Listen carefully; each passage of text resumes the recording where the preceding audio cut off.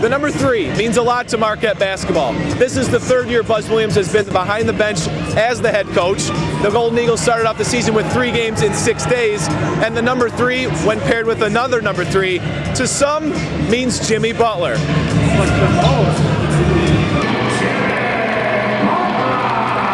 This is the first week of basketball at the Bradley Center, and this is Marquette Basketball Weekly.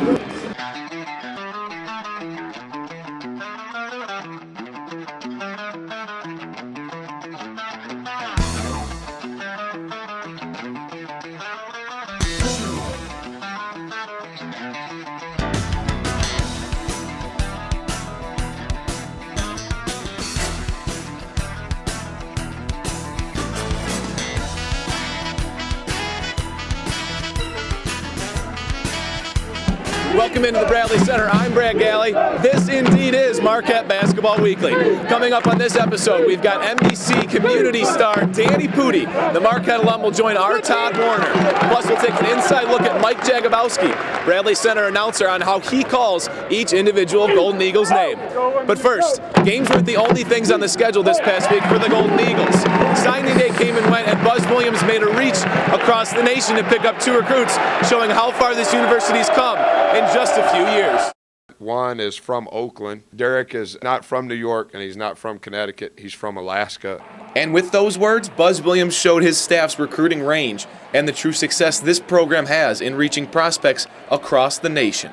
As our recruiting classes have advanced, obviously we've signed a lesser number of players, and I think because of that, the premium on the talent increases, and I think the premium on making sure that we sign guys that fit our culture is imperative. You know, we can go and get the sexy recruit, or we can get guys that are pieces to the puzzle that fit our mold. And I think the 2 guys that we signed in this class are more, hey, pieces to the puzzle. They're tough, hard-nosed kids that want to be here, that want to compete, that when they get here, they will get better.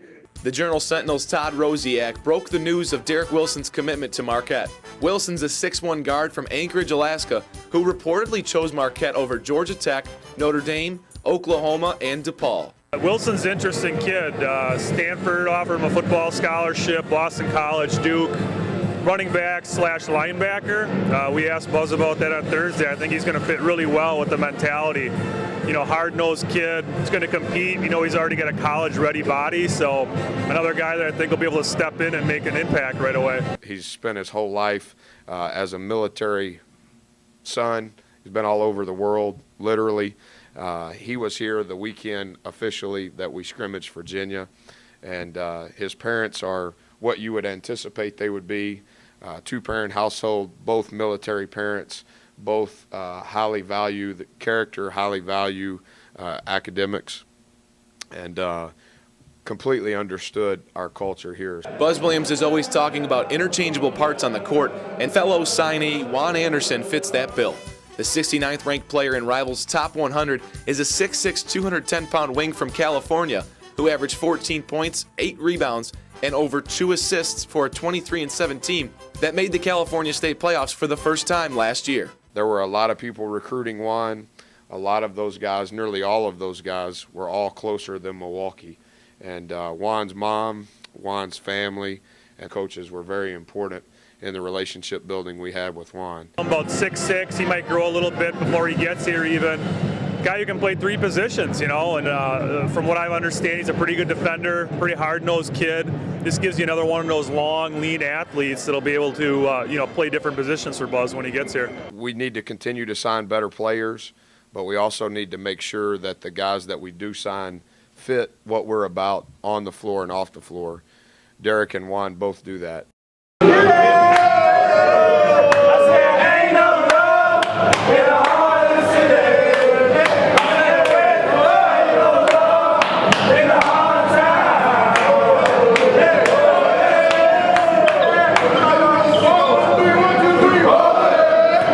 Here on Marquette Basketball Weekly, all season long, we will be giving you in-depth interviews with your favorite Marquette players here at the Buzz Williams Show at CenterCourt.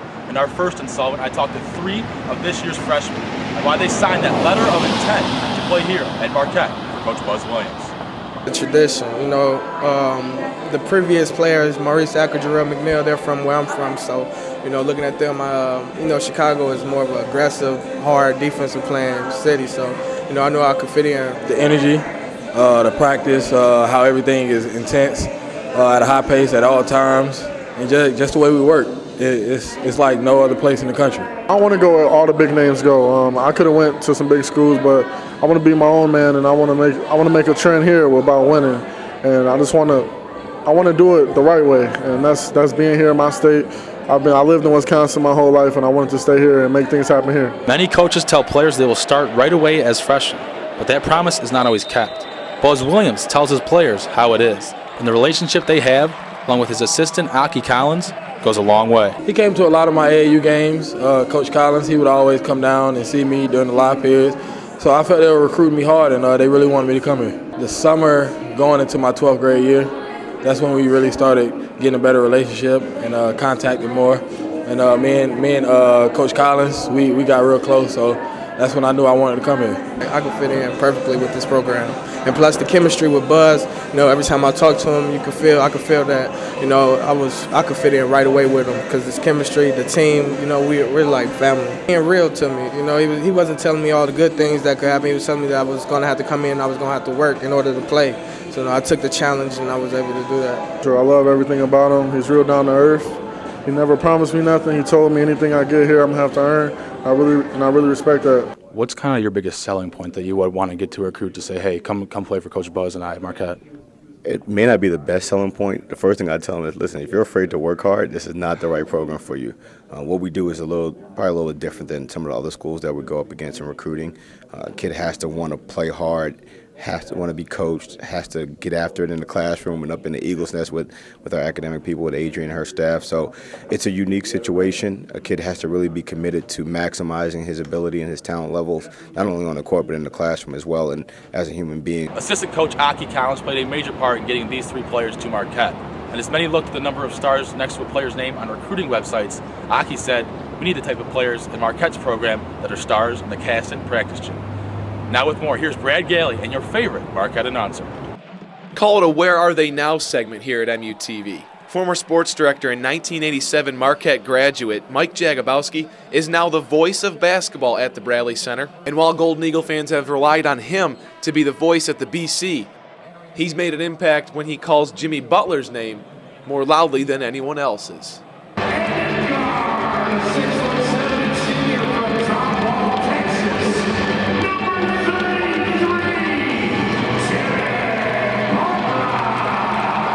Do you realize no one will call Jimmy Butler by his name anymore? It will always be Jimmy Butler. That's awesome. I think that's fantastic. Every announcer looks for like a signature element. And the first time I did it, somebody tapped me on the shoulder and said, you realize you got the whole section, my whole section is saying Jimmy Butler.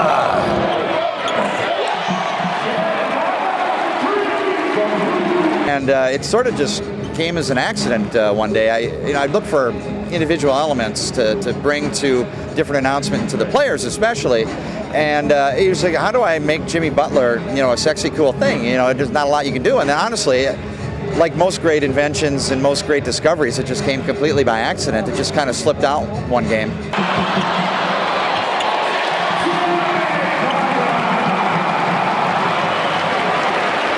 I don't know if I got lazy or whether I had a short window to hit the name, and I just went Jimmy Butler. And then it kind of clicked in my head. I'm like, ooh, that could be the start of something. And so to hear people repeat it, and it's really fun. So what does the 6'6" guard from Tomball, Texas make of his call by Jakubowski? When I run into him at the Al or other places, this is just the first thing that comes up. I see him walking by, and he's always got that big smile anyway, but I see him and I went, Jimmy Butler! So it's just a fun way to greet him, and of course he just laughs. With Butler graduating in May, Jakubowski has created a new fan favorite call.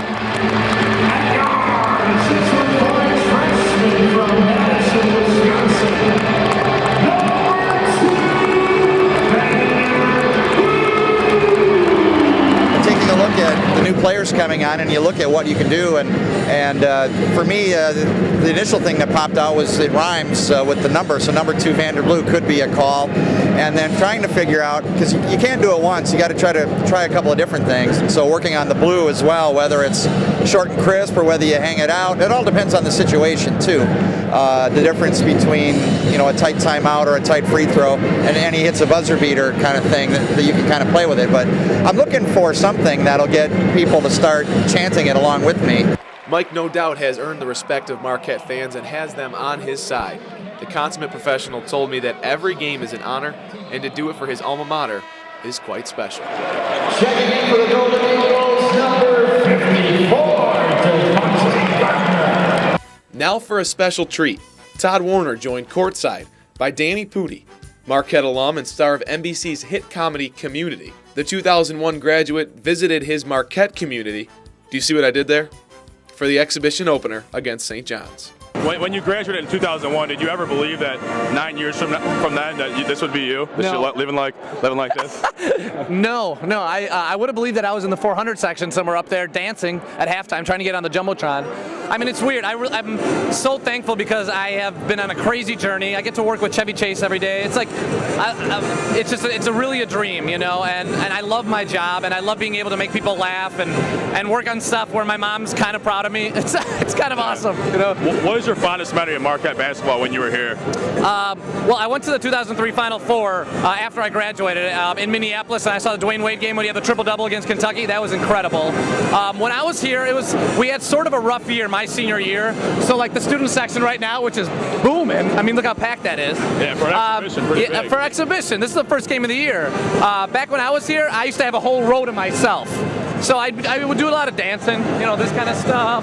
I was known to do a sock throw. I would take off my sock and throw it into the audience. I would do stuff to be entertained. And also one of my good friends and my wife's roommate at the time was a cheerleader.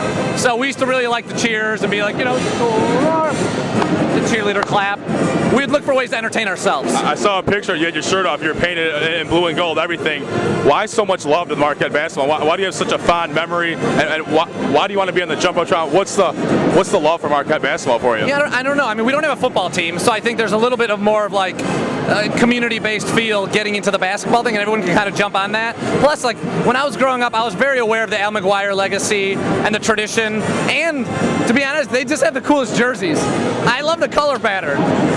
So it's just kind of that. I'm a huge basketball fan. I'm a college basketball is my favorite sport, and so being part of that, there's just no better experience than a college basketball game because everything means so much. Every game means so much, and March Madness it's the greatest thing. Are you able to watch any of the away games on TV, or how do you catch up with the Golden Eagles so far? The last few years it's actually been pretty good because they're on ESPN way more frequently. I live in California now, so it's a little harder to see them. It's also a little odd because Saturday mornings they'll be playing, and because of the time difference, sometimes I'm waking up at 8:30, 9 a.m. to watch them. Breakfast with Marquette basketball, which is kind of awesome. But we have usually a couple bars that we go to, and actually I live in California with a couple of my buddies who are from Marquette, so like the Farley brothers, my friend Chris. We'll always try to find a bar or two that's airing the Marquette games, and we'll kind of like stake out a corner, So. How do you think the job Buzz Williams has done so far at his tenure at Marquette? It's incredible. He was actually just in Los Angeles a couple of months ago doing like a Circles event, and I got to meet him and talk to him. He's really charismatic and really energetic, and I think it shows. It really shows with this offense. A lot of people will talk about the size. We don't have a lot of length, but athleticism is incredible. We're so deep at the guard position, and with a lot of these guys who are just coming in and building instant chemistry, and I think that's saying a lot about a coach who can get these guys to play together who don't even know each other that well. A lot of other teams have a little bit more history playing together, and these guys are coming in. We've had some junior college transfers. DJO was incredible last year immediately. Jimmy Butler. So I think and plus this recruiting class is insane, Vander Blue. I'm just really excited because I feel like we're getting a lot of really good players coming in here, and it's just a good time. Boom! That'll do it for this week's Marquette Basketball Weekly. Next week, we'll be in Kansas City for the CBE Classic. You will not want to miss the interviews and pieces we've got lined up for you in a very special tournament edition of MUTV. For Todd Warner, I'm Brad Galli. Be sure to check us out on Twitter at MUTV Sports. Thank you for tuning in, Marquette.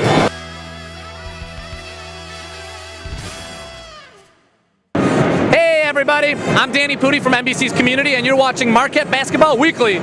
Go! Go! Go! Marquette! Go! Go! Go! Go! I'm on the court.